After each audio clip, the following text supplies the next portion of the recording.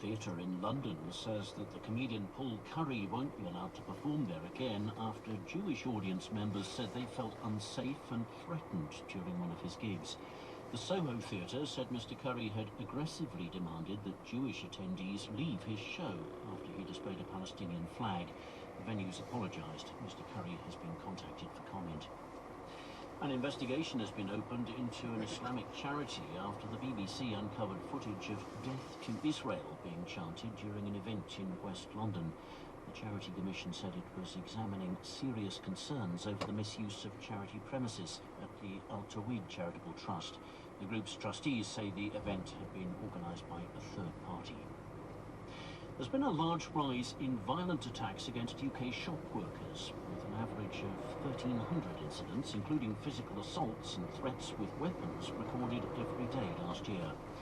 The annual survey by the British Retail Consortium also found the amount lost to shoplifting was the highest ever recorded. It claims action taken by the government so far to address the problem has been woefully inadequate. Charlie Rose reports. The survey found the number of physical and verbal attacks faced by retail staff rose by 50% in the year to September 2023, including racial abuse and sexual harassment. Nearly 9,000 cases resulted in injury. Theft by customers doubled from 8 million to more than 16 million incidents, costing shops a record £1.8 billion. This is despite retailers spending large sums on crime prevention, such as body-worn cameras and security personnel. The British Retail Consortium described the situation as a crisis and claimed criminals were being given a free pass to steal goods and assault workers. It wants to see violence against shop workers made a standalone offence in England and Wales, as it already is in Scotland. The Home Office has previously said police had made a commitment to attend violent shoplifting incidents. Inspectors say conditions at Bedford Jail are some of the worst they've seen, with the Victorian buildings infested with rats and cockroaches. The Chief Inspector of Prisons, Charlie Taylor, says levels of violence are very high. Last year he called for the jail to be put into emergency measures. Adam Porter has the details. In his report, Charlie Taylor said the neglected jail needed sustained support in order to improve.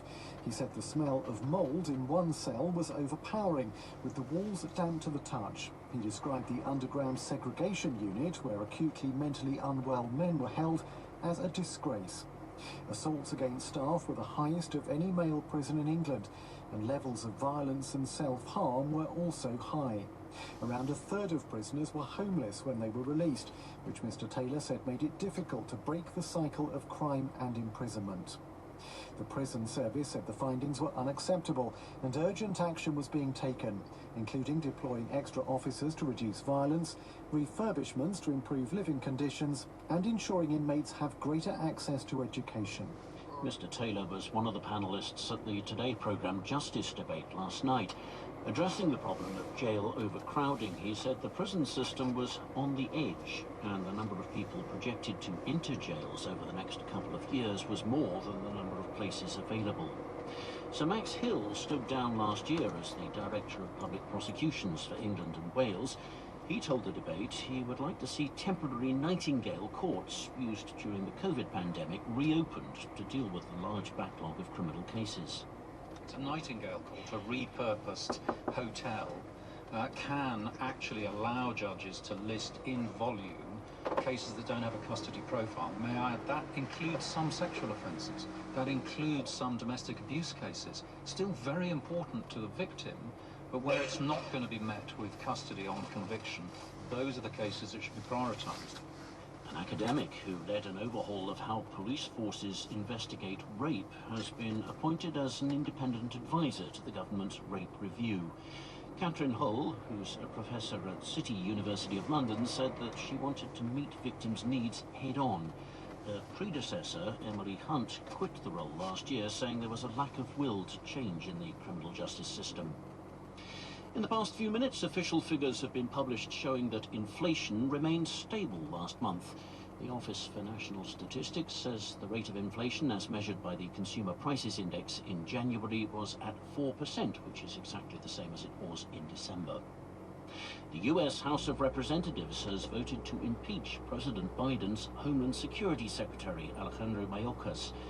Republicans accuse him of failing to enforce immigration laws, resulting in a record surge of migrants across the Mexican border. It's the first time since 1876 that a US cabinet secretary has been impeached. Peter Bowes has more details. After a failed attempt last week, the House voted by the slimmest of majorities, 214 to 213, to impeach Alejandro Mayorkas. Supporters of the move said it was because he'd failed to discharge the duties of his office by not doing more to secure the US border with Mexico. President Biden called the vote a blatant act of unconstitutional partisanship and a political stunt. It means there'll now be an impeachment trial in the Senate, which is controlled by the Democrats. A two-thirds majority is needed for it to succeed, and that's unlikely to happen. More than 100 families have told the BBC that the NHS is failing to provide enough vital support for severely ill adults and children living outside hospital. Many say they're desperate, describing ongoing battles to get help and a huge variation in the availability of care depending on where people live.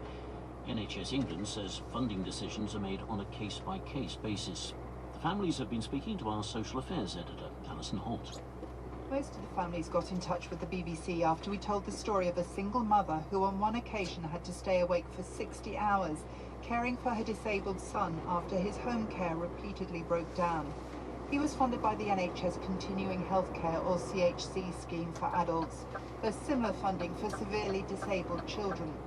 Some families described having their help reduced when their needs hadn't changed, and others said there was huge variation in support when they moved to a different area. Many described their local CHC teams as adversarial. Spending on continuing healthcare has increased significantly in recent years, and the NHS says eligibility for support is based on individual needs and follows national guidelines. And scientists say they've compiled the first detailed proof that great apes like to tease each other. Video studies of 4 species, bonobos, chimpanzees, gorillas and orangutans at San Diego Zoo in California, showed behaviours in juveniles, including elements of surprise and play. The researchers say the evidence suggests such human-like antics among apes could have evolved from a common ancestor about 13 million years ago. Thanks, Charles. 9 minutes past 7. Let's pick up on those inflation numbers which you've heard about in the headlines. The inflation rate is unchanged. That doesn't mean prices are unchanged. It means they're still going up by the same amount, and that amount is 4%. Let's drill into that with Grant Fitzner, Chief Economist and Director of Macroeconomic Statistics and Analysis at the ONS. Good morning to you, Grant. We were actually expecting it to go up a little bit because we saw the energy price cap go up in January, which means something must have been going down to offset it. Can you tell us what? Yes, that's right. The increase in the Ofgem energy cap was widely expected. So energy prices went up a little bit more in January this year than they did last year. But there are a couple of factors offsetting that. So firstly, we saw furniture and household goods fall 3.1% a month, a larger fall than we saw this time last year. Secondly, we've seen further falls in food and non-alcoholic beverages. They were down 0.4% in the month. And indeed, food prices have seen their first fall for over 2 years. First monthly fall for over 2 years. That's a good sign. And we've also seen second-hand car prices pick up. So that was partly offsetting those increases. So it's a mixed bag, but overall, some of those underlying trends, particularly for food prices, are lower. Headline rate unchanged. I think it's worth mentioning, though, that it's not unusual when inflation is falling to see these kind of pauses. And indeed, we saw this in Europe last month, where inflation for France, Germany, the Eurozone all went up a little bit. What we're seeing in this morning's numbers is that sort of delayed impact of energy prices, which takes a month longer to flow through. Yeah, indeed. The Chancellor has just responded to these, saying inflation never falls in a perfect straight line where the plan is working. There seems to be a lot of confidence. Now, we should point out that inflation 4% is double the Bank of England's target rate of 2%, and they'll be watching this very closely. We will be wondering whether, when and if they're going to cut interest rates. A lot of confidence that inflation will continue to fall this year. Where's that confidence coming from? Well, I think let's look at the pipeline, if you like, of what's to come in the coming months. We had some big increases in prices in early 2023. So in February last year, consumer price index went up 1.1% of the month, in March 0.8%, and in April 1.2%. Now, as those big monthly increases drop out of the annual numbers, unless we see equivalent large increases in prices this year, just purely as a matter of arithmetic, the annual rate will fall significantly. Okay. There's a general expectation that by spring this year, headline inflation should be significantly lower than it is. Just one other thought, if you don't mind. There's been a lot of talk that the shipping problems in the Red Sea could see shipping rates go up, delays in goods being shipped. Are you detecting anything that might retard the downward pressure on inflation from what's going on in the Red Sea? Well, certainly the disruption to shipping in the Red Sea has caused freight delays and significantly higher shipping rates, although nothing like what we saw post-pandemic. They're not yet showing up in inflation numbers, although it's fair to say that if those high shipping rates continue in coming months, that could raise the price of imported goods. Grant Fessner from the Office of National Statistics.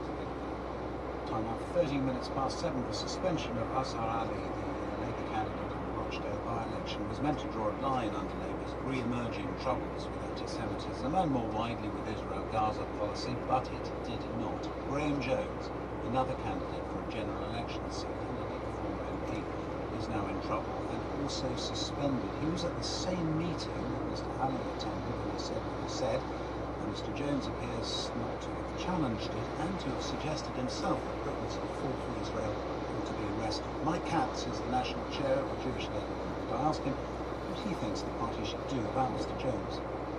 We immediately called for him to be stepped down as a parliamentary candidate, even though he's been suspended. I would very much hope that the party followed through on advice and sent him down as a parliamentary candidate. Can he not be defended, though, with the view that what he has said might be objectionable to some inside Labour and might be objectionable more widely, but it's not necessarily anti-Semitic? I think it's very clear that, that he was in a meeting. Not only did he come up with some comments that were quite appalling, I wouldn't say offensive, but also he was a bystander where, as I said some really appalling things, promoted conspiracy things. And to be in that meeting, to have heard that rhetoric, to be a bystander, which was called out at the time, or indeed subsequently, that really caused him to play your judgment. And it's like elected politicians, whether they're councillors, whether MPs, they're there to promote community cohesion. And if you don't stop when you're saying things in public or private that don't promote community cohesion. So to follow the logic of it, then, all councillors or indeed MPs or parliamentary candidates who were at that meeting, in your view, should be suspended? Well, I think, if they're identifiable, absolutely would say that. It's really important. We know that emotions are very high at the moment, but people, funny enough, the MHRC report, when they pointed out that everybody who has an active position in the Labour Party is seen as an agent of the party, they've got responsibility. And people need to think very carefully about what they say and when they say it. And as a consequence, you've got a real duty.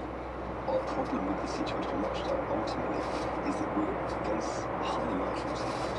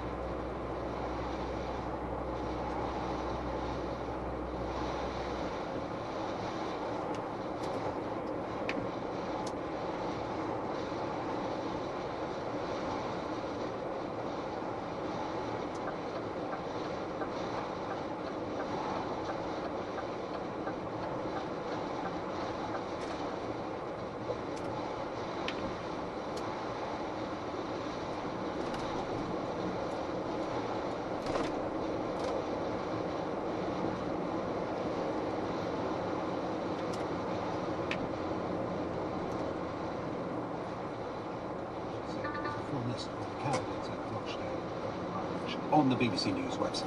17 minutes past 7, the courier firm Yodel was facing collapse, but it looks like a rescue deal has been done. Rahul has more details on that. Rahul? Yes, indeed, a rescue deal has been done. It's been taken on by YDLGP, a new company backed by the investment banks, Larned Partners, and the team behind the logistics firm Shift is Shift's chief executive, and he joins us now. Jacob, good morning to you. Thanks for joining us on the programme. Can we start by talking about jobs? 10,000 workers about at Yodel. Are we going to see job losses now? Morning. Well, hopefully not. That's why we've stepped in. Hopefully not, but this is a difficult industry, isn't it? It's one where, you know, Yodel has struggled to be profitable. There's lots of competition around there. Yodel has about 6% of the market at the moment. How are you going to grow that at a time when people seem to be spending more on services rather than goods? Well, look, from my perspective, underlying, Yodel is a strong, healthy business. You're right, it's been loss-making historically, but only minorly loss-making. And I think that really Yodel has faced cash flow issues, and with the cash put into Yodel, we should be on a strong footing to be able to utilise the network properly. How much cash are you putting into the business, and what areas are you looking to put it into? You're somebody who believes strongly in AI. Do you think that can be an area that can really help develop it? Yeah, well, 20 million initially, but we plan to deploy further capital once we've kind of got our feet onto the table and really work out where the growth drivers are and what works. Yeah. I think that technology plays a key part. With my background at Shift, we've focused on building a logistics platform, and we've got the potential here to do that at scale. So a tech-led logistics platform can definitely solve some of the problems. Customer service is the key, isn't it, to growing a business? Citizen Advice have rated Yodel as the joint worst of the largest 5 UK-owned parcel firms. How are you going to tackle that problem? Well, again, I think this comes back to technology and the part that it can play.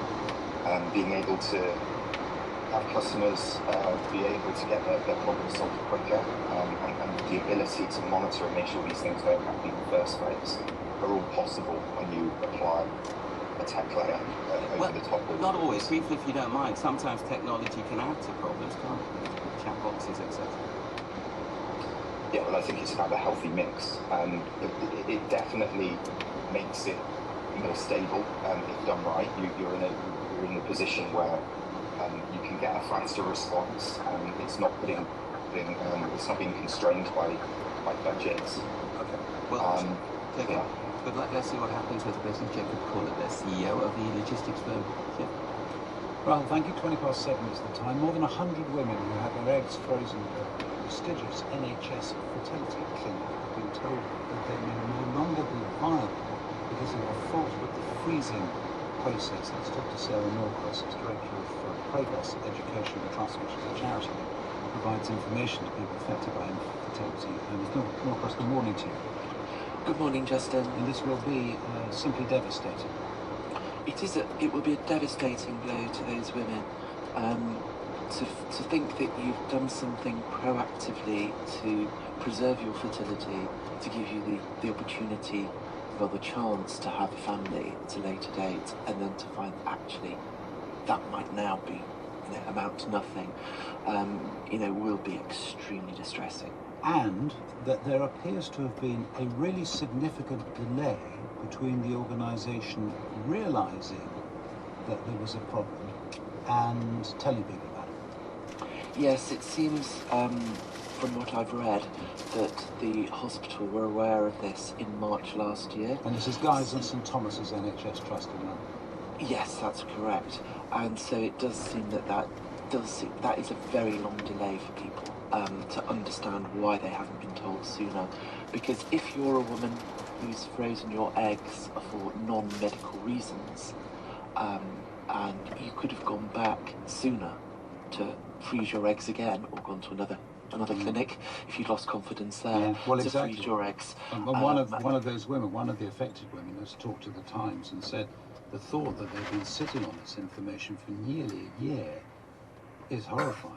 And that presumably will be one of the things that will be the subject of an investigation now. Yes, I'm sure that the regulator, the Human Fertilisation and Embryology, that is the specific regulator for fertility treatment, will be looking into what has happened here and why there has been such a delay in contacting patients to let them know about the problem, because of the woman's biological clock continues ticking throughout that. It's not like once she's frozen her eggs, the next time that she goes to freeze them, they're in the same situation.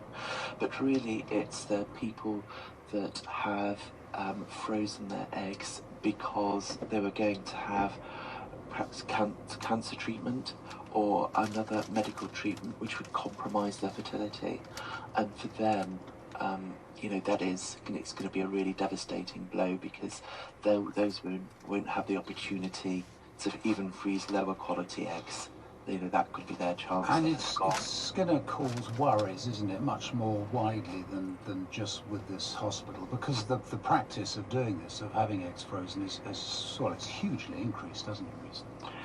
Yes. Progress Educational Trust campaigned a few years ago for the limit to be extended for how long women can freeze their eggs. And that was a successful campaign, and since that time, and also I think in part because of the pandemic, there's been an increase in women freezing their eggs, and I think many of them will be waking up to this story and thinking, oh, are my eggs okay? Did my clinic also use this solution that's faulty? Am I going to be getting a letter? And so I think it will cause an awful lot of disquiet and hopefully a lot of unnecessary worry, and that most people will be okay. Sarah Norcross, thank you. 24 minutes past 7. Let's just talk about queues. Earlier this week, the band, the 1975, played at London's O2 Arena, and for 3 days beforehand, fans were queuing outside for a chance to get tickets. They got us thinking here. The half-term week is a time when many of us find ourselves in long queue lines. Theme parks, zoos, other attractions. But some, often those with deeper pockets, decide to skip the line for tickets and roller coasters by paying for fast passes or priority access. The comedian Lucy Porter has been considering whether this is fair. It's the school holidays, and you've decided to treat children to a day out at a theme park, and now you're standing patiently in line for the first ride. Finally, you make it right to the entrance gate for Peppa Pig's Merry-Go-Round Madness, Mrs. Tiggy Winkle's Tranquil Teacup Totter, or the Womble's Whitewater Wipeout. You're about to experience the magic. You can almost taste the stomach-churning, high-octane joy, and then another secret gate opens and a family of 15 walks past you and saunters into your spot. What do? Well, you're British, so you probably tut loudly and internally mutter, hanging's too good for 'em.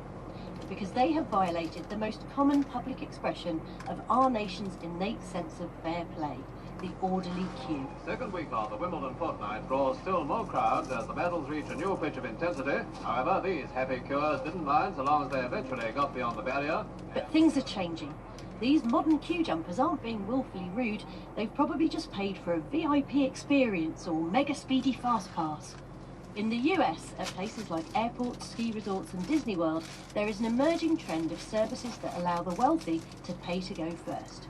And it looks like it's coming our way. It's all powered by technology known as queue management systems. Apparently, businesses want ways of identifying and prioritising their high-value customers. I'm not sure I'm a high-value customer to anyone, apart from the local garden centre and the makers of hobnobs. This stump-up to jump-up culture may be fine for the Yanks, but will we Brits stand for it? Of course we will. We stand for everything, in a neat line.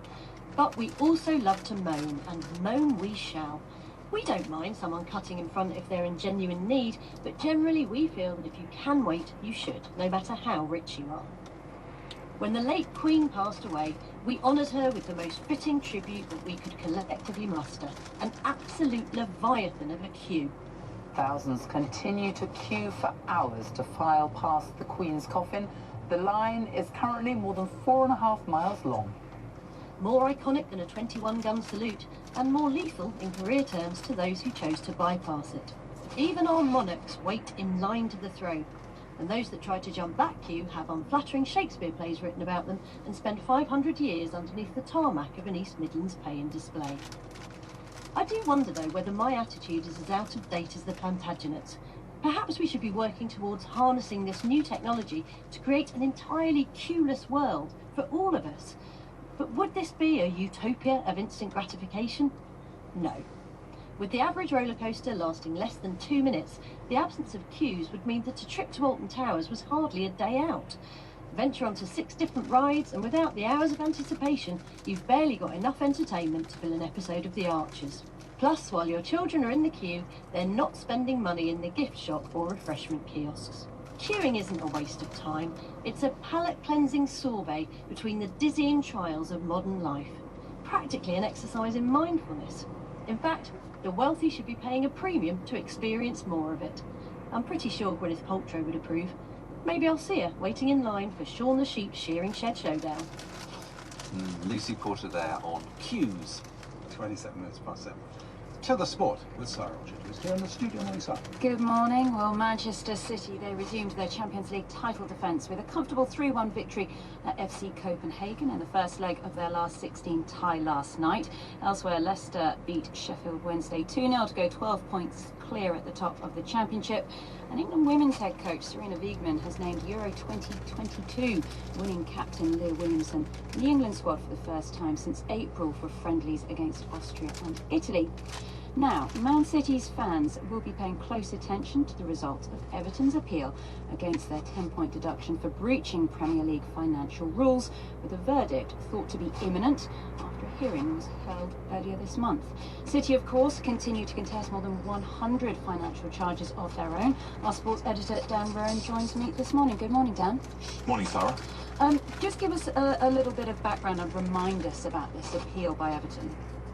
Well, Everton suffered the heaviest sporting sanction in the history of English top-flight football back in November when they admitted to breaking rules that limit losses to £105 million over 3 years for clubs between 2019 and 2022. An independent commission said that player transfers had meant that they'd exceeded that threshold by around £19 million, but the saga sparked huge controversy about Premier League financial regulations and a great deal of confusion over what the final league table may eventually look like. And can you just give us an idea of what Everton's argument was likely to have been? Well, I think they'll have reiterated, Zara, the mitigating factors such as the pandemic, the loss of sponsorship due to sanctions after Russia's invasion of Ukraine, the cost of their new stadium, which they say should have been taken into account more, and that the punishment was excessive. Now, many Everton fans have held anti-Premier League protests, haven't they, since that point deduction. Some politicians have also raised concerns about the fairness and transparency of the process. The Premier League, however, say that they're just upholding rules designed to prevent reckless overspending. I've read plenty of football experts coming out to talk about this, some saying they think that the points deduction that could be reduced, perhaps not overruled. Just can you talk us through what the potential outcomes and what is at stake? Well, there's lots at stake. I mean, some of Everton's rivals will no doubt hope, Sarah, that the current 10-point deduction is upheld. That would leave Everton 18th in the league, in the relegation zone by a point, with just 15 games to play. But yes, it could also be reduced. That's what many expect, but to some extent, or even wiped out altogether, of course. That's what Everton will be hoping, and perhaps switch to a fine. They'd be 12th without that 10-point deduction. So lots at stake for their chances of staying up at a time when the Premier League is yet to approve a takeover of the club by American investors, but also for Everton's fate when it comes to a separate case, because both they and Nottingham Forest, of course, were charged earlier this month, last month I should say, over a different 3-year financial period. The outcome of this appeal will set a benchmark for those cases, but also perhaps give some indication perhaps as to what could happen to Manchester City, as you say, the only other club to have been charged by the league for financial breaches, even though it's a very different case, with the champions charged a year ago over more than 100 alleged rule breaches over multiple seasons. They deny wrongdoing, but a hearing in that case isn't likely until the autumn. So lots on the line for those clubs involved, and indeed for the Premier League as well. Our sports editor Dan Rowan, thank you for your time this morning. Finally, today's racing tip. Steps, Fontwell 320 number 7 Copper Cove, and Hereford 330 number 9 Amalfi Skyline. Thanks so much indeed, Sarah. Michael Burke is here with details of what he'll be chasing around at the Moral Maze. Good morning, Michael. Good morning. Love is a tricky business, as St. Valentine found when he was beheaded a few hours after sending the first Valentine card. On this Valentine Day, for the first time, only a minority of British adults are married or in civil partnership. Half of our children are now born out of wedlock, technically what those in more judgmental times would have called, forgive me, bastards. There's an argument about outcomes. Statistically, children from unmarried homes do worse on average by almost every metric. But big moral questions, too, about love and commitment at a time when till death us do part is so much longer than it was. The morality of marriage. Moral Maze after the news at 8 tonight. Michael, thank you. The weather cloudy for most tonight, rain and drizzle. Anyway, 6 tonight. I suppose today as well. Anyway, dry and clear in northern Scotland. Coming up at the news, lessons from Mexico, from the Mexico-US border on dealing with the challenge of migration, and a former astronaut gives her advice to current space missions struggling to make it to the space. Today on Radio 4, Simon Justin. Times 28 minutes 8. Charles Carroll has the news. The Labour leader, Sir Keir Starmer, is facing growing pressure over the culture within his party after he suspended a second parliamentary candidate. Graham Jones is alleged to have said that British citizens who go to fight for Israel should be locked up. On Monday, Labour withdrew its support for its candidate in the Rochdale by-election, Azhar Ali, for remarks about Israel he apparently made at the same meeting. The chair of the Jewish Labour movement, Mike Katz, told us all councillors or parliamentary candidates at that meeting should be suspended if they can be identified. Official figures have been published showing that inflation remained stable last month. The Office for National Statistics says the Consumer Prices Index in January was 4%, the same as it was in December. The Chancellor, Jeremy Hunt, said inflation never falls in a perfect straight line, but that the government's plans were working. The number of violent attacks against UK shop workers rose by 50% last year. A survey published by the British Retail Consortium found that there were an average of 1,300 incidents, including physical assaults, recorded every day. The report accused the government of taking action that was woefully inadequate. The Home Office said violence against retail workers was unacceptable and that police had made a commitment to attend more shoplifting incidents. A report from a leading health think tank says resources in England must be shifted from building new hospitals towards boosting GP and community health services. The King's Fund argues that the struggle for many patients to get doctor's appointments risks their conditions deteriorating, putting more pressure on overcrowded hospitals. The government says there's a plan to put primary and community care on a sustainable footing. Thank you, Charles. 26 minutes at 8 is the time. Might it be possible that the American state of Texas, whose governor is an ardent and high-profile enemy of illegal immigration, has lessons for us that could be deployed in the English Channel? Robert General, former immigration minister, is in Texas talking to the governor and visiting the border. He's been telling me why. I think we're all in a migration crisis, whether that be the United States or the UK or other European countries. And as immigration minister, I've travelled around many of them, and I wanted to come to the United States to better understand the crisis that they're facing on their southern border. And one thing I'd learned in Europe was that the countries that are succeeding, or at least performing better, are those that have taken the most robust actions. And in the United States, the one state that is making some progress on the southern border is Texas. And Governor Abbott has chosen to do some tough, but I would argue fair things. And one of them is to put physical infrastructure in place. And one form of that has been buoy blockades on the Rio Grande. And this is actually something that we have done ourselves in partnership with the French last year on the estuaries and canals of northern France, and which I think we could do more of with the French, because it is actually very effective.